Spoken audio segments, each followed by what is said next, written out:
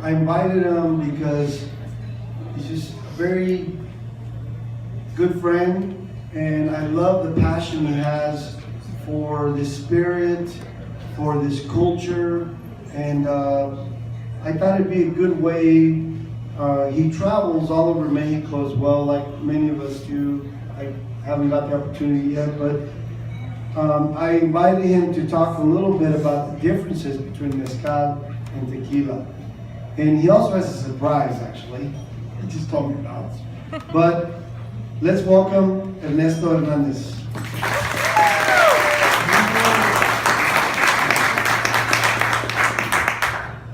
Everybody, so there's a brand that I really like. We used to have a poster back there, Tequila. Tequila is one of my favorite brands. I've been very lucky to actually spend time with the family. They're neighbors, so to speak, Los Altos de Jalisco.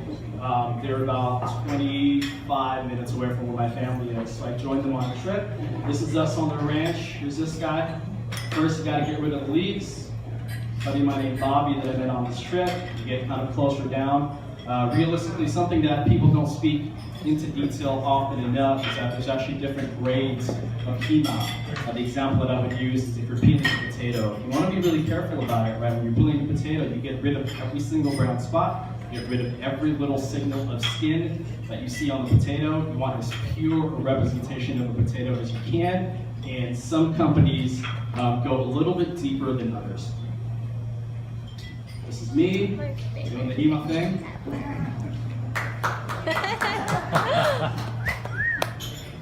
This is an example of an over-ripened agave. And some people, some brands actually prefer this, right? The analogy that I use here is if you're making banana bread, right? If you use like an ideally ripe banana, it might be a little too stiff. Some people like a couple of brown spots. So sometimes you let it kind of over-ripe on purpose. It's going to give you a different flavor profile. A person that's really famous for using overripe agave, Carlos Camarena, extremely famous, well-renowned tequila maker from Los Altos de Jalisco. He likes really ripe, almost rotten agaves. That's just the flavor profile that he kind of gravitates towards. All right, so you peel it and you gotta chop it. So you chop the agave, you have this raw material, you shake all the excess off until you get down to what you really need, which is the piña. Piña means pineapple. It's a good analogy.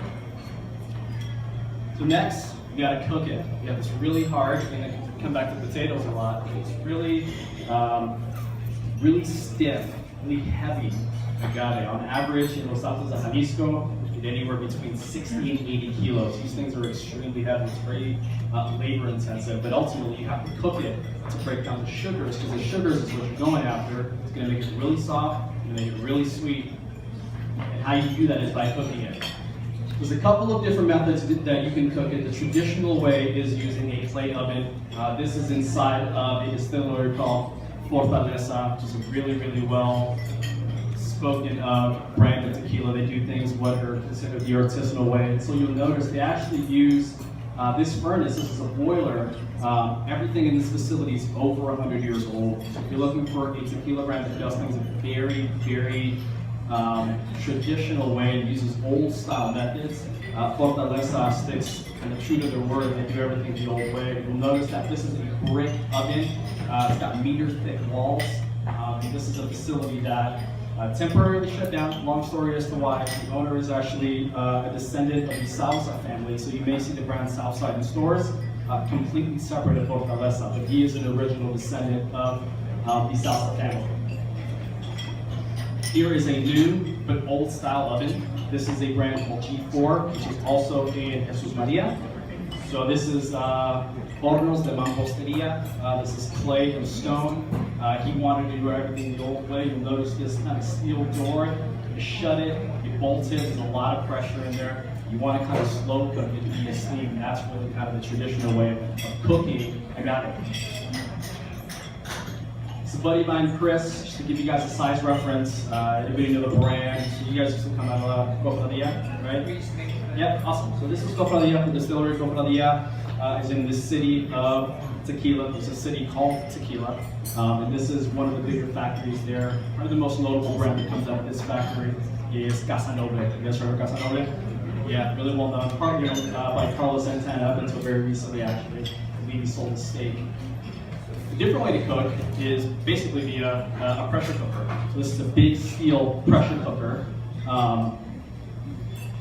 Again, I like to use a size reference so you guys get an idea, just a visual representation of how big these things are. This is an adult man right there. These are all the piñas. Notice how much green is on there. Again, their preference. I don't think it goes down all the way to the white. It's their style, it's their decision. The autoclave, as they're called, this is essentially a pressure cooker. Not the traditional way to cook, but still very effective. So some people tend to speak negatively on it. Some people tend to speak down on it. But the piñas, they make they make a fantastic tequila, and they have a really well-renowned master distiller, Orgo Solis. Here, you can give somebody the same tools, and the end results can be very different. Some people choose to go faster. You can really speed up the cooking process here and cook it as low as 8 hours if you turn up the temperature. He likes to slow cook it, so they still get a fantastic product, even though they're using kind of a newer method to cook the agave. So after it's cooked, you've shaved it down, you've cooked it, getting it soft. Now you can kind of shred it. What you're trying to get to is you want to separate the fibers from the sugar and that sweet pulp, and that's what you're going after. So the very old way of doing it is via tajona. There's not many brands out there that use a tajona. Fortaleza still does. Their distillery is surprisingly small. It's probably 6 of these rooms put together. So to run an entire tequila factory out of a space that's not that large, they just like to do things the old way. So this is a tajona back here. They kind of press it around. We'll slowly kind of press and separate the fibers, and what you're going after is this aguamiel in here, which is that sweet sugar water, and that's what will ultimately ferment and turn into alcohol. Here's a newer style tajona. This is inside of a factory called El Bandillo. They make brands such as G4, which is coming out of the US very soon, a brand called Pasote. This guy's a genius. I love this distillery. I've been there a couple times now, actually. So this is a repurposed steamroller. They used to pave highways. So the weight was adequate for him to press the agave, kind of separate the sugars from the fibers and the liquid. And what he did is he basically welded these steel pieces to it, and he rolls it over the agave. This is an extremely eco-conscious, energy-friendly. I'm sorry? What's it called? He's doing a couple different brands. You can find G4, probably not on the shelves yet. Pasote, you can find on the store shelves.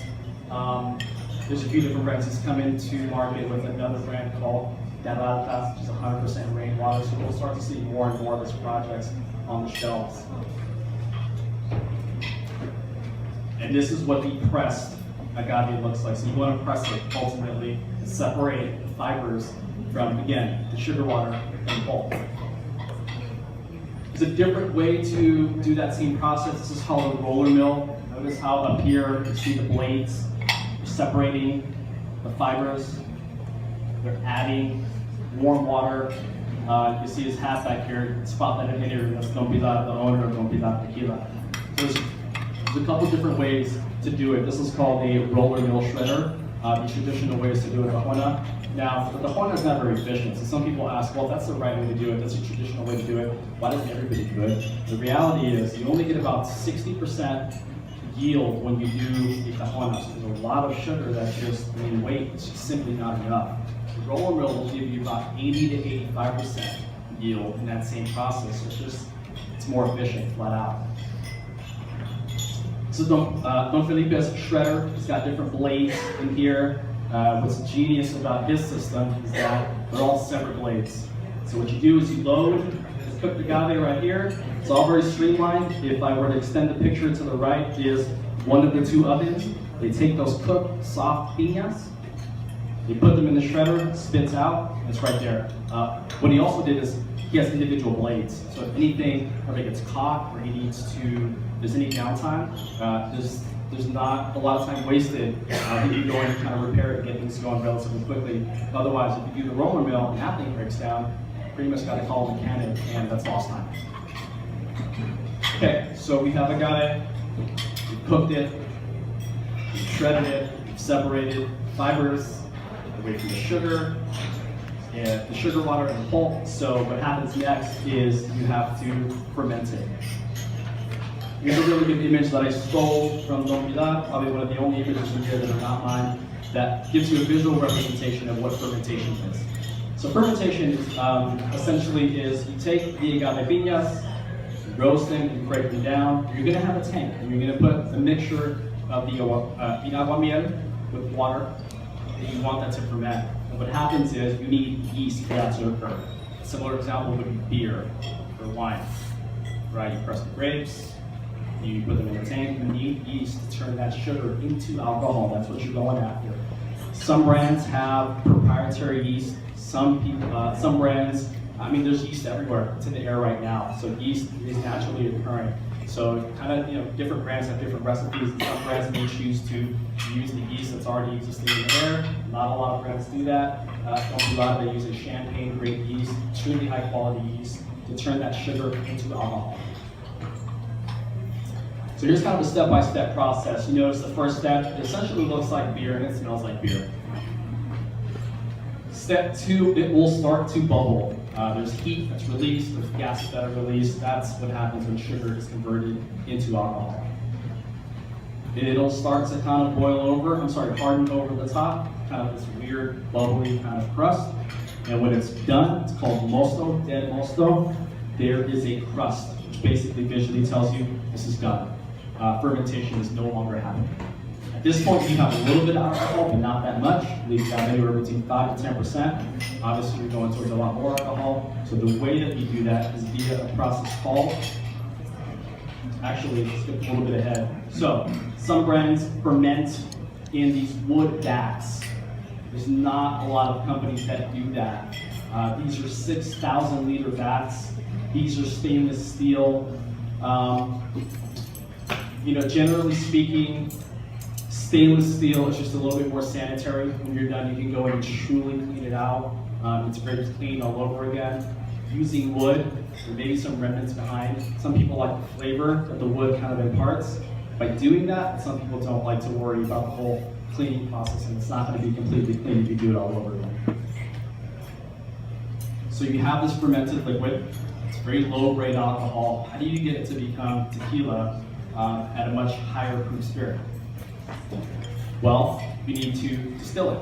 Distilling is essentially when you heat something and then cool it to get the essentials that you need from it. So, as I understand it, distillation was invented in the old Arabic areas, and they used alembic still, and they created perfumes. And then the Europeans got a hold of it, and they were able to create things like brandy.